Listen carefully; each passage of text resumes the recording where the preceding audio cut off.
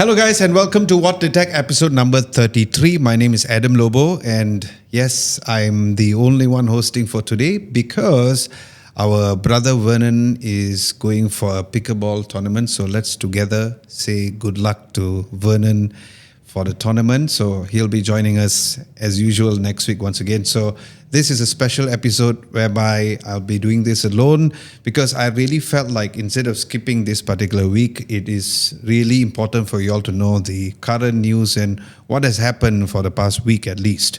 It is episode number 33, which ironically is one of my favorite numbers, which is 8 and 3. So let's get started with this particular news that we have for this week. Now, the title of this video is about the vivo X300 Pro and also the new devices released from Apple, where they sneakily release all of these devices. But there are obviously other news which is available during the whole entire week, including the tech news which site has done, and also a review, which is a written review, which we will talk about, or I will talk about in this particular episode. Now, let's first start off from the new release from Vivo, the vivo X300 Pro. Now, this particular phone was released globally, not in a Europe country, but it was in Shanghai, China. So which means that in a span of 2 weeks, I went to China. So I was in China specifically in Shanghai during the Huawei Finance at the Cloud for the Huawei Connect event. 2 weeks break here, or if you want to call it break, and then went back there. And of course, this time it was for Vivo. It's the first time that Adam Lobo TV's team is actually heading towards a global event for Vivo. So we are very excited to be there. Now, of course, wherever it was, we definitely wanted to be there, especially for me, because we knew how good, and I'm sure you guys are watching, knew how good the X200 Pro was. And since it was a device which was a loan unit, I had to give it back. We finally got our hands on the X300 Pro, but it was a review unit. So the idea is that we can take a lot of photos and videos when we were in Shanghai, China, but before we came back to Malaysia, we need to return it back. So hopefully we'll be getting hands on our global unit because the one that we got was the Chinese unit. So stay tuned for our in-depth review of that. So I'm going to be talking about my first impressions when I used the phone. Now, in case you are not following us on Instagram, we have several videos up there. There's Reels, there's Zoom tests, there's also comparison tests between the Pura 80 Ultra and also the Xiaomi 15 Ultra. I understand that the price difference is a lot, but since those are very well known to have very good zooming capabilities, so I thought I want to do that very quick reel and also on YouTube Shorts together on TikTok as well. Now, all of the picture samples are over there. So if you want to see how it looks, it is definitely a very good point and shoot experience. And before I talk about the specs, I want to quickly say that the X200 Pro last year was already good, and this time around I felt like the 300 Pro definitely looks way better.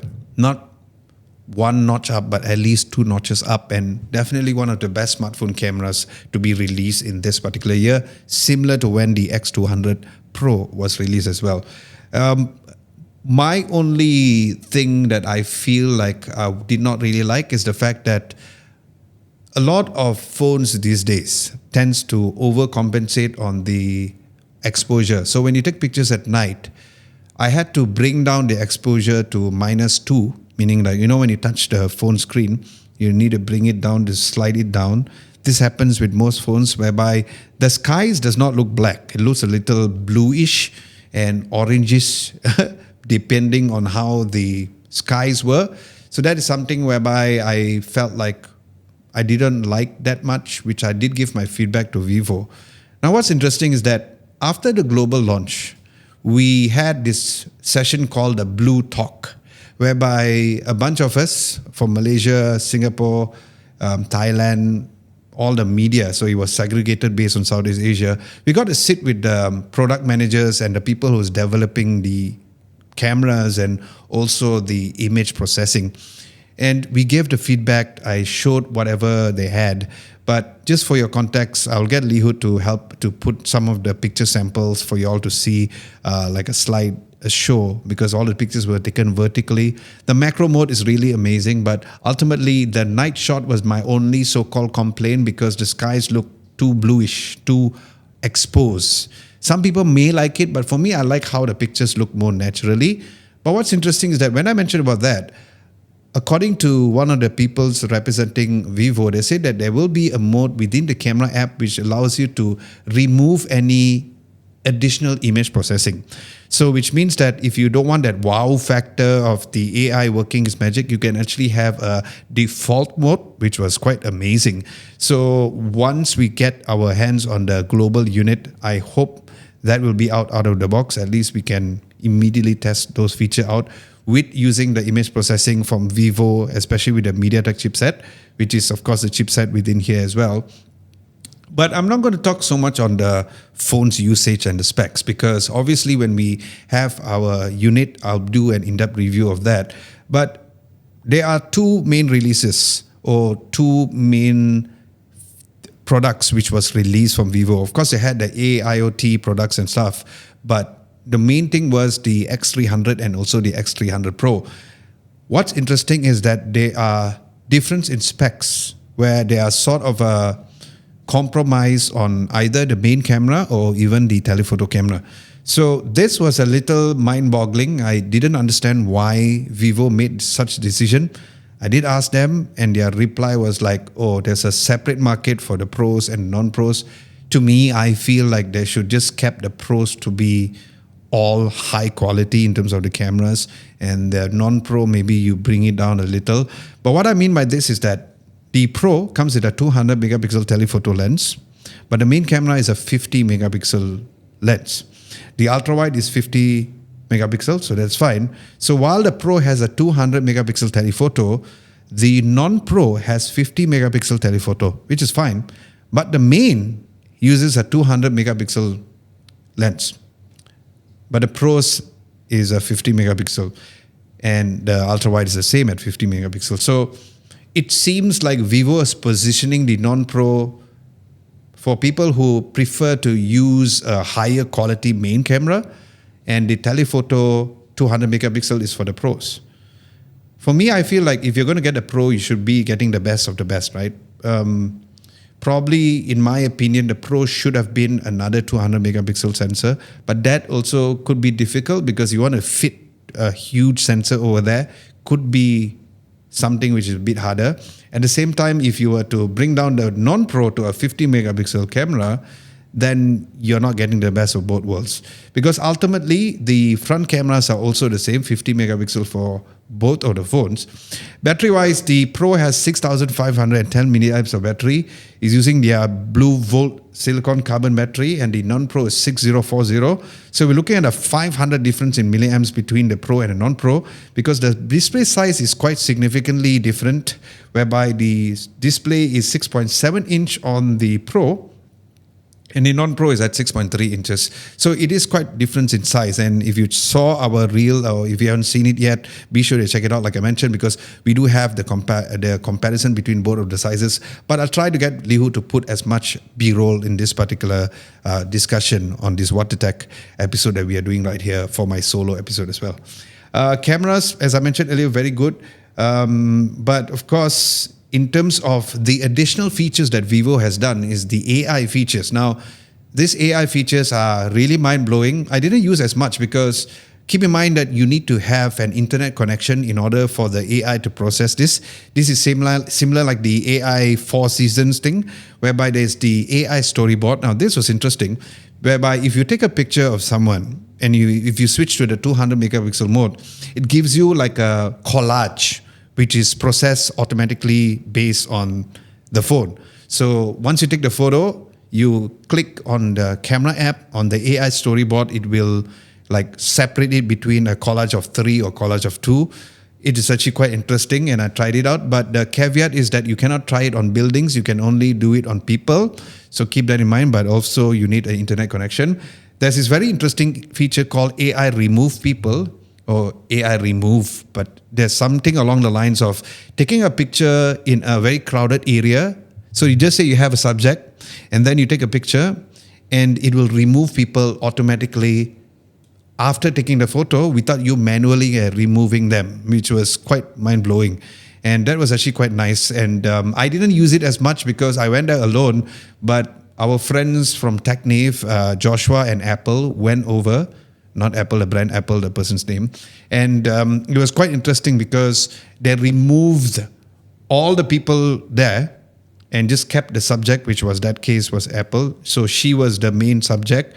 And it also changed the skies in a different color to make it, because it was quite gloomy. So most of the sample pictures were a bit more gloomy because of the weather. It is, I think, almost winter in Shanghai. So it was a quite interesting thing, which also requires an internet connection. So that would be what is very interesting. But of course, since we get the devices here, I'm going to be testing out all of these AI features to give our thoughts and of course to sample when we do our full in-depth review of that. Because like I said, we do not have the phone right now and we had to return it back as well. So that would be for the external or the hardware features. Of course, stay tuned for our in-depth review where we'll be talking about others. But one major thing, because when we were there during the launch, there were two main events. One was the release of the hardware devices, which is the X300 and the X300 Pro, and the other devices as well, like the earbuds and stuff. But the second launch, which was an in-depth look at the Origin OS 6.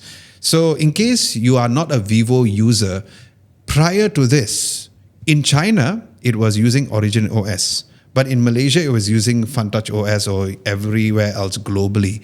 It is similar to Huawei, whereby Huawei uses Harmony OS globally, but in Malaysia or other countries, it uses EMUI. We all know why. That rhymed. But in terms of Vivo bringing Origin OS globally was a very good point, because Origin OS is definitely way much better than FunTouch OS. One of the biggest complaints that people had on a Vivo phone is the fact that, oh, I love the cameras, but the software is just meh. But this time around, the Origin OS 6 makes it a bit more appealing, if not the main reason for you to switch to a Vivo if you're using any Android phone or even if you're using an iPhone, right? So that is very great. Now, there are tons of features of the Origin OS 6. Probably if you want us to do an in-depth review, let us know in the comment section below and I'll definitely do one for you. But there is the new Origin Smooth Engine. Sounds fancy, but in a nutshell, it is actually keeping the system very smooth. Apparently, the app launches 16% faster compared to the previous FunTouch OS and also previous Origin OS. And touch response is also improved by 40%. Now, in case you heard of SGS, SGS is like this level of certification for display, when it comes to durability. So apparently, there's also SGS certified smoothness experience, which was quite interesting. And with this Origin Smooth Engine, that is what exactly they have for this. There's also a bunch of UI elements which has been changed.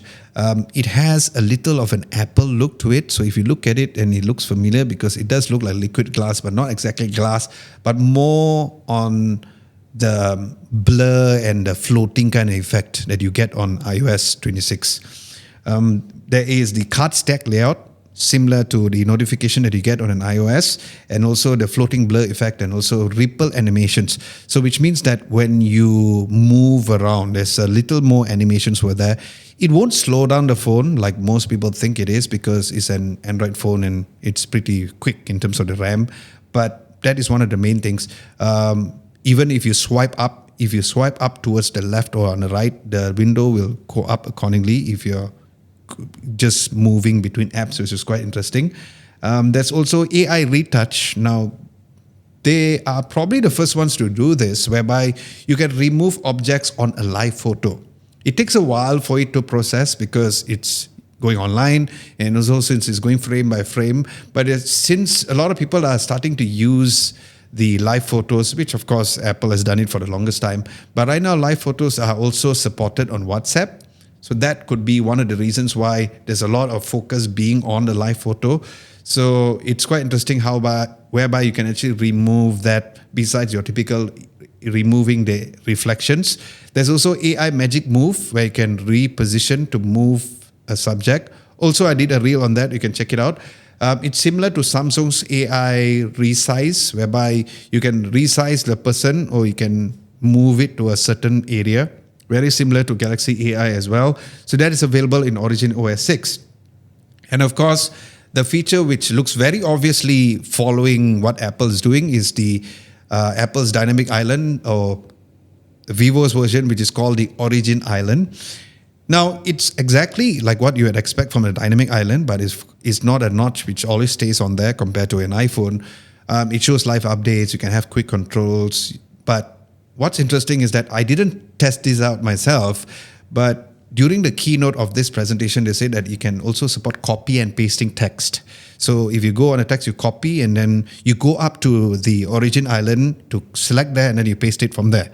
So if that is intuitive and fast, it would be a very good way. Instead of you typically going on a clipboard, you can actually have a visual representation rather than pressing and holding and just pasting, and you do not know what exactly you're pasting. So that would be something very interesting, and I can't wait to try that as well. But the main feature, or the main hook that I did a reel about, is the fact that during the keynote, when they announced that they have, cross-platform connectivity with the Apple devices, I wanted to know how far that Vivo went. And yeah, they went very far. There is this thing called the Vivo Office Kit. So it's basically a software on your Mac or Windows as well, because it supports Windows too, where you can do the similar screen mirroring of your iPhone on your Mac. Or for this case, the screen mirroring on the Vivo on the Mac. Yeah. And it is similar to how Huawei did this years ago with the multi-screen collaboration of having the phone at the screen, at the side of the screen, and then you can copy and paste pictures, you can drag and drop files, you can delete from your Vivo, you can delete your Mac related files. So it's basically like AirDrop on steroids, and it's similar to iPhone's mirroring, but I honestly feel like it is a very good opportunity for people who use a Vivo phone but uses a Mac. Like, for example, I was not an iPhone user, like a daily iPhone user, ever since I started using it since the iPhone 12. Prior to that, I was just dealing an Android phone. I never even used an iOS, but I was using a Mac for about 25 years. So y'all know my age lah. Knowing the fact that you can now control your Mac with a mouse-like thing with a Vivo phone, it makes people a bit more appealing to make a switch. If you found that, you use an iPhone because you wanted to stay within the ecosystem of a Mac or anything at all. So this is a very good opportunity for people to fix or switch into that ecosystem. So again, I saw that, a demonstration, which I showed it in our reel on IG. So don't forget to follow us there, as mentioned earlier. But of course, when we have the phone, we would like to test this out thoroughly to make sure that one by one things works. Because sometimes, when they do the demonstration, it may look good when we are there, but when we try it on our own, it's a whole separate story. In terms of the value proposition of this particular Vivo X300 series, there's no official price in Malaysia, but there was a Chinese price. So I'm going to convert it into Malaysian roughly. And of course, if you want, you can convert it depending on where you are from. I'll just give you the Malaysian price. So the non-pro, after a rough conversion, is about 2,607 ringgit. Very good price. And the Pro is about 3,139 ringgit. Now, if I had to guess, I think Vivo is going to make this a bit competitive when it comes to the pricing. So I think the max they would go is 3,100. But imagine if they go with a price of 3,000 ringgit, this will sell like hotcakes. For context, the iPhone 17 and the Google Pixel 10 is 3,999. So it's almost 4,000 ringgit. The Nothing Phone 3 is 3,299. So this could be a direct competitor. And if you want to see a comparison video, I'll do it. Let us know in the comment section below. And the Xiaomi 15 is still flagship level of the pricing, which is 3,499. But then again, the Pro is still considered a flagship from Vivo as well. So the pricing is looking really good. If Vivo can really stick to this particular price range of 3,100, or if they go 3,000, it's going to be mind-blowing. But please do not go 3,005, because yes, it's still very affordable compared to a lot of other flagships out there, but it makes people really want to get a Vivo phone. So fingers crossed for all of us that the price will be going down very, very low. So yeah, that is the Vivo X300 Pro. Stay tuned for the announcement and the launch date here in Malaysia. I don't think it's going to be releasing somewhere in this month, most probably in November. Now, just for context, I might not be here as often in November because my wife's pregnant and giving birth for the first week of November. And just so you know, it's raining, so it's going to be challenging talking here. So that's going to what happened in November. So I might not be here as often. So keep that in mind, yeah? Okay, the next device that we're going to talk about is the Asus Xbox Ally X. Now, while I was in China, Syed has actually did a written review on that. So be sure to go to our website at www.adamlobo.tv to check that review out. I honestly haven't got my hands on the device. I saw his review, I read his review. I'm not going to break it down on what he said there. I would fully encourage for you to go and support Syed and go and check out his written review. But yes, we'll be actually doing a review on that on a video perspective. Either we might just do a very quick reel or we might go in depth. Again, it depends on my availability, whether or not I can do it in the month of November, since my wife is pregnant with a baby boy. So yeah. Okay. Thank God the rain just suddenly stopped. For the tech news roundup, of course, Apple sneakily released the M5 chipset. And what's interesting is that while the rumors were floating, but there was no exact date that was going to be done. This is something where Apple kind of did it last year as well. So this time around, they released the M5 chip. We all know that the M series chip from Apple has been always amazing. Alongside with the M5 chip, they also released the M5 MacBook Pro and the M5 iPad Pro. Now, let's talk about the configuration. So I'm actually planning to just go through with you in case you guys haven't checked it out, especially if you're here in Malaysia. So let me just quickly put this up. I wanted to just get this up. So now, okay, so if you were to go with the standard display, so currently based on the Apple's website, the customizable options for the 14-inch MacBook Pro, so it's only a 14-inch MacBook Pro at this point in time. And if you go with the standard display, 16 gigabytes of unified memory and a storage of 512 gigabytes of storage, which is great because 256 on a Mac is definitely not enough. So it's nice that the base storage option is 512. And if you don't add the additional 96 watt power adapter, the 70 watt, you're looking at a price about 6,999 ringgit. We all know when it comes to Mac, that's a very, very good option when it comes to getting that. Instead of you getting the Air, you at least have the Pro with the M5 chip. If you increase or if you add the nano texture display, you're adding about 640 ringgit, which I think it's a good option because the nano texture did help me a lot. Like right now with the iPad Pro is a nano texture display. I have a Lite right above me and it's totally fine. Memory-wise, if you're going to be upgrading to 24 gigabytes of RAM from the 6999 that you saw earlier, you will need to add 850 ringgit for 24 gigabytes of RAM or 1,700 ringgit for 32 gigabytes of RAM. And storage, a lot of people do not recommend buying storage directly from Apple because of the fact that it's very expensive. But if you want to add for 1 terabyte option is 850 ringgit, 2 terabyte is 2,550 ringgit, 4 terabyte is 5,100 ringgit. But remember, if you get this additional storage, you don't have to worry about external storage, right? But yeah, the power adapter which comes together with the baseline 14-inch MacBook Pro is 70 watts. But if you want to increase to the 96 watt, you just have to add 80 ringgit, which to me is a very good price. So you can actually try that out. So yeah, the 14-inch MacBook Pro has space black. I don't think they have any other color, but it starts at 6,999 ringgit, or you can go with an installment plan of 291 ringgit and 63 cents every single month for 24 months if you're here in Malaysia. All right, so that would be for the MacBook Pro. Now, if you're looking at the M5 iPad Pro, just looking at the official site from Apple. Now, this comes with a starting price of 4,499 ringgit. So that was the starting price, yeah? That is for the 11-inch model. If you go with the 13-inch model, we are looking at a price of 5,799 ringgit. But starting from the 11-inch model, you have two options to choose from, which is the silver or the space black color. Go with the silver because silver. Storage memory option. There is a 256 option, 512, 1 terabyte and 2 terabytes. where the 256 starts at 4499, which I mentioned earlier. The 512 is 5399.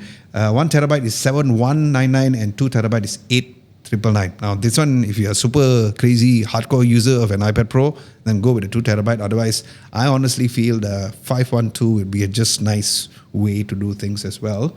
The display glass, if you're going with the standard glass, it's from 4499.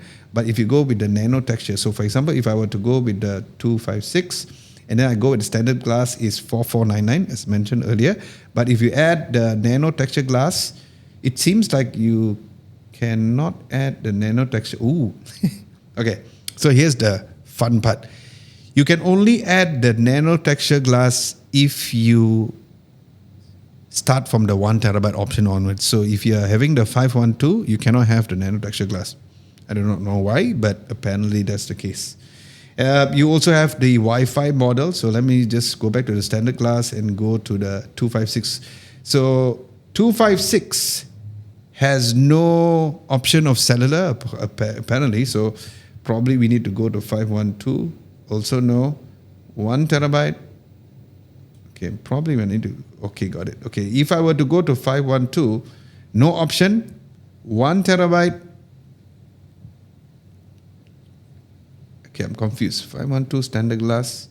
Okay. So if you go with 256, there is an app option still. Okay, there's an option to either Wi-Fi or cellular.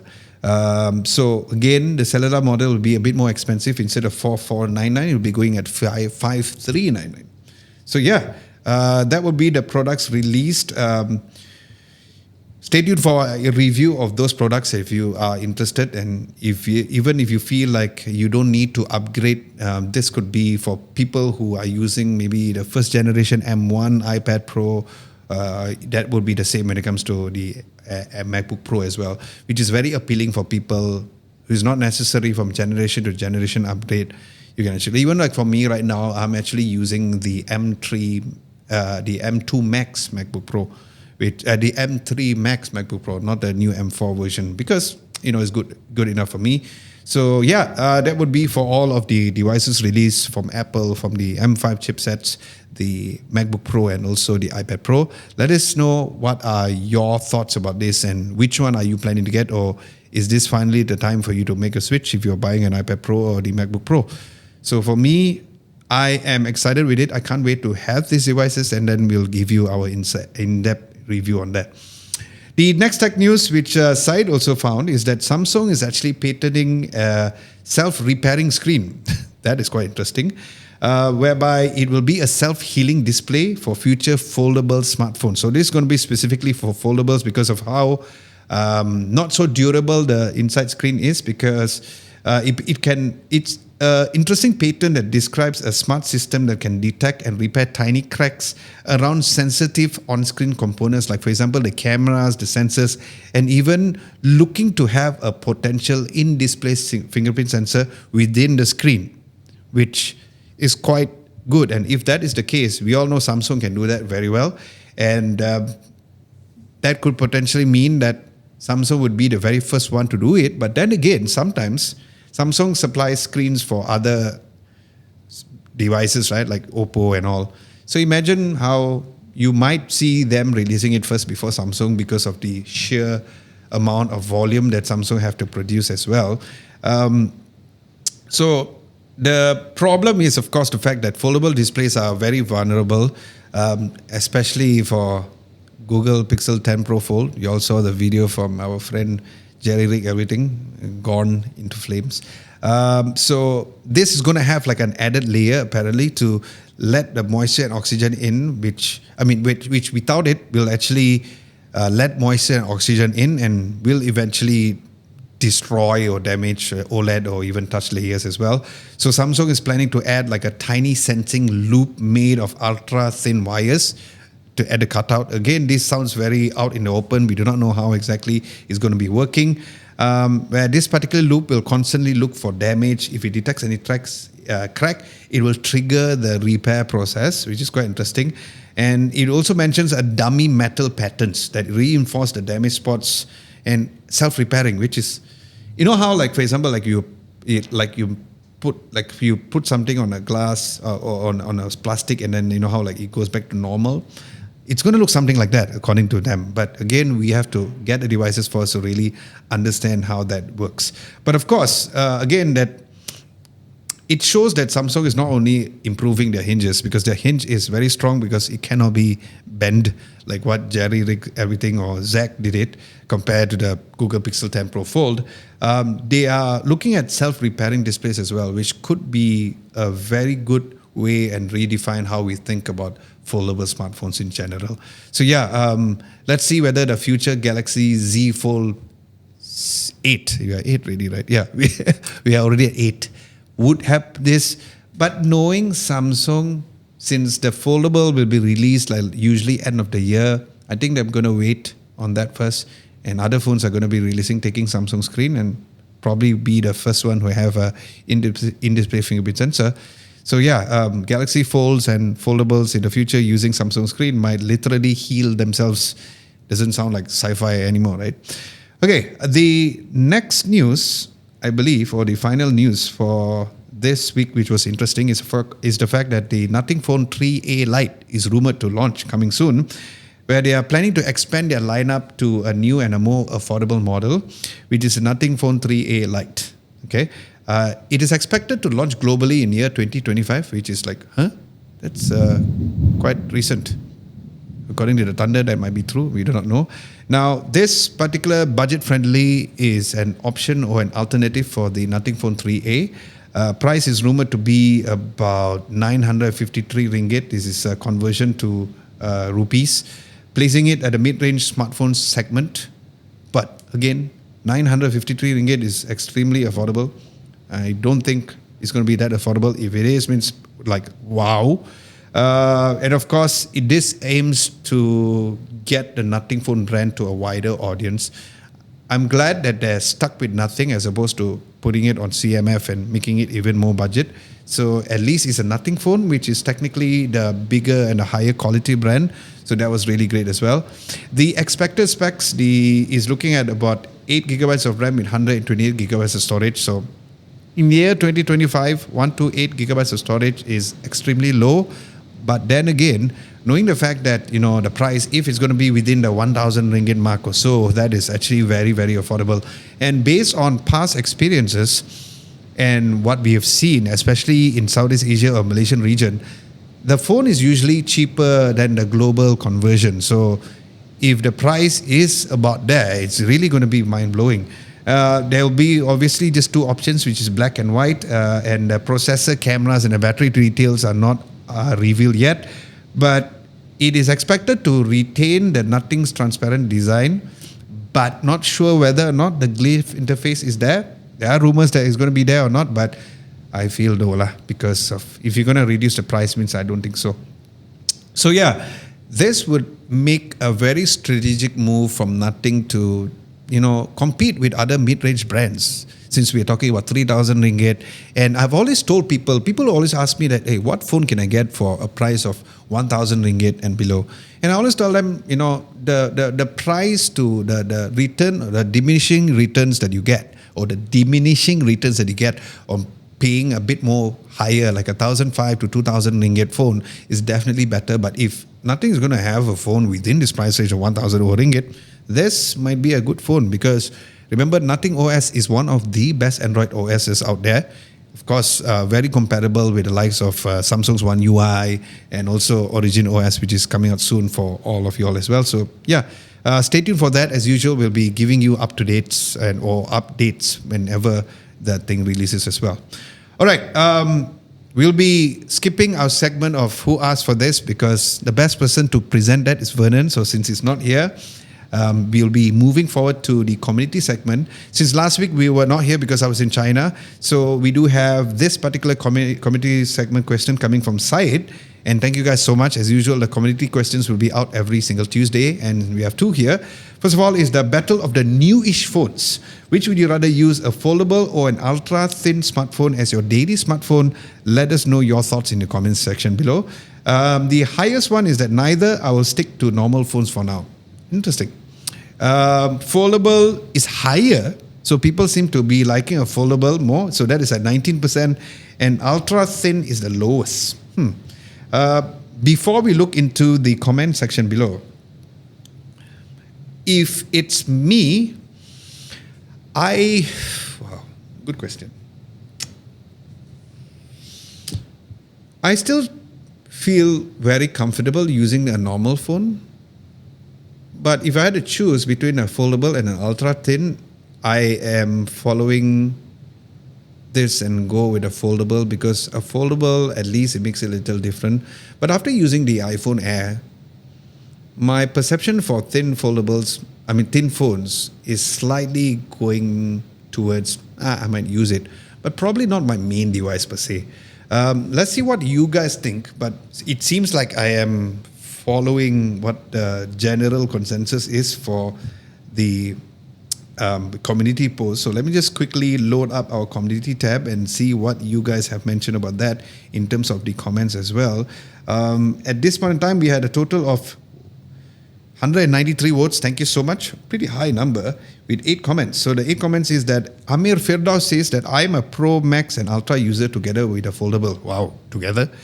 Honestly, foldable is refreshing take on a smartphone, and he feels it's better rather than a normal slab phone, correct? I believe if foldables are as durable as normal phones with the same price and no compromise, more people are willing to try it. I agree. Like the Samsung Galaxy Z Fold 7, which is one of my Android phones of choice for this year. I believe that that's the pinnacle of foldables as of now, because it's thinner. Samsung One UI is really good. So if it's already durable enough, the question is that why is still people not believing in a foldable? Because what Samsung released on the Z Fold 7 with the thin form factor, with all the amazing Galaxy AI features, but still a lot of people are still not that comfortable yet, right? So, but you have a very good point, Amir Firdaus. Thank you so much for commenting over here. Devon Portable 65 says neither. I'm very happy with a normal phone. I don't have to really worry about breaking it, just like foldables, or accidentally having my phone slip between an elevator or something if I choose an ultra thin phone. Ooh, yeah, that's true. And it's also depending on how the finish of the phone is. If the phone is very slippery or very glossy, then yeah, it might slip off on the pocket very easily. But then this Devon says that, come to think of it, maybe I should start using a lanyard on my phone. That's true. So that's the reason why Apple came up with their own, like the lanyard style thing with the case, to probably let people who, easily drop the phones enough. Speaking of dropping the phone, off subject, first time ever I'm using an iPhone without a case, because this is the silver. When I went to Shanghai, I brought the phone without a case. I did not bring the case, and I love it. I think using a phone without a case, especially if you're using the silver color, there's a obvious side topic as its own, but it's actually very interesting. So yeah, that is Devon Portable's comment. Nash J says, I want to try an ultra thin phone one day. I feel like there's last chance for it to break on me compared to foldables. Before I comment, there's another guy, DFX Bully, said, my friend lost his within a week. They pickpocket him and he didn't hear anything. Oh, so I'm sorry to hear that, but yeah. It's interesting how ultra thin phones are really piquing people's curiosity. When Lihur was shooting the iPhone Air video, he did mention about how when he was just using the phone daily and shooting, and a lot of people went, wow, is that the iPhone Air, as opposed to, wow, is that the iPhone Pro or the 17 Pro? So that is actually quite interesting. Exploding Heaven says, truthfully, number one, I need better AI for image editing when that is available in the newest Samsung flagships. Agreed. Galaxy AI on a foldable is amazing. Number two, I want the best of the best high-res HDR RAW for still going from super wide to telephoto with extra features like ND simulation and stuff like that. Where this is long. I'll try to read all, yeah? Where the S25 Ultra Possible plays the biggest role. Yeah. And don't forget what are the best color or tint of bluish photos, and some Sony Alpha cameras, got media format. Yeah, okay. I'm just going to break it down very quickly. Number three, certainly would love a foldable, but given my needs, either I choose cheap old or poor performance one, considering all tech are in the latest bar phones, correct? Without even in autofocus in cameras, I'll choose last year or this year's S lineup flagship. Okay, so then third one is so three choices. Wait for the Z Fold 9. There's quite a wait, which is two years time. Buy cheap, buy a bar phone, and basically what he got a lot now. It's a lot of words, so I'm trying to make sure that I don't read the whole thing. I mean, a lot depends on how much money, considering about 600 euro or 1,000 euro. Okay. So I think in a nutshell, Exploding Heavens wants to get the best of the best, right? And also to save on the money. So probably the best of the best, like what he says or she says, that is not usually on the foldable, is usually on other specific things, like on a bar phone. So that's interesting. Felix Shin says, I'm a Realme GT guy. So yeah, we haven't touched a Realme phone for quite a while. So, but thank you for commenting. The Black Digger says, the tech nerd in me wants to try out both, but my wallet says no, Lamau. So I guess I'll stick to normal phone. And also, thanks for the invite last week, by the way, Lamau. Yeah, you didn't reply whether or not you're in Malaysia or not, or you're in Petaling Jaya. But yeah, thanks for your comment. Like I said, the invitation is still open. Imagine if you're here this week, you could replace Vernon. Anyway, that would be the first community post. Now, the next community post is another very interesting question. So good job, Syed, for coming up with more interesting question. Is a budget flagship like the Samsung Galaxy S25 FE or the Xiaomi 15T a good purchase? Or would it be better to get an older flagship that's 1 or 2 generations old? Let us know your thoughts in the comments. Highest vote is older flagship. Second one would be budget flagship. And number 15 or 15% is neither. I'll just get a normal flagship, which is 15%. And then another one is 12%. I'd rather just go buy a high-end mid-range device. How I would answer this is that if I had to recommend someone, I would go with a budget flagship first, because older generations get lesser update on the software. And usually the newer ones are more responsive, even though it's a mid-range phone, because the software is the latest one. So I would recommend that. Or go with a high-end mid-range device. Yeah, so that would be my first two. Older flagships, I'm one of those people who don't believe in it. I think just before going for the Vivo event, someone messaged me on Instagram, which I usually do answer. He did mention about how, should I buy an older flagship, and talked about Vivo specifically. And I said that, with the new software coming up and stuff, I would feel that would be a better option as well. In terms of the comments, let's just see what we have over here. There are 250 votes and 10 comments. Really nice. Nash JC says, I think the older flagships will make better sense, but I've been burnt before getting older phones. It just breaks faster, and I would go with a budget flagship. I agree with you. Amir Fidos is back. Me personally, I would go with older flagships. Nowadays, flagships can last more than 5 years in terms of performance. But to recommend to close families with limited budget, I would recommend budget flagships. Most people want new phones than used ones. So even budget flagships can last you more than 3 years. I agree in terms of how long it lasts, but I understand your point. The Pie Snatcher says both a budget phones still have killer specs and probably faster than a 2-year-old flagship, so there isn't any competition except the 15T. It's mad. I agree. 15T. Just a 14T Pro for 380 new old stock. It's not the first time I'm picking 1 year plus old high-end flagships. It's coming from Chevy Buddy. I don't think 99% would notice a difference or regret not getting the brand new device instead. That's debatable. Thank you for your comment. Older flagships are the best unless the longer software updates, but to be honest, I'll choose the best bang for my buck. That also seems to be the case. So this was about Void Walker. Thank you for your question. Aiden Cross says, I still am with my A52s. Wow. A52s? Is there S? Is there S? But I think I'll go for the S25. That's mostly because of my A52s. So it seems like it has some issues and I want a smaller phone.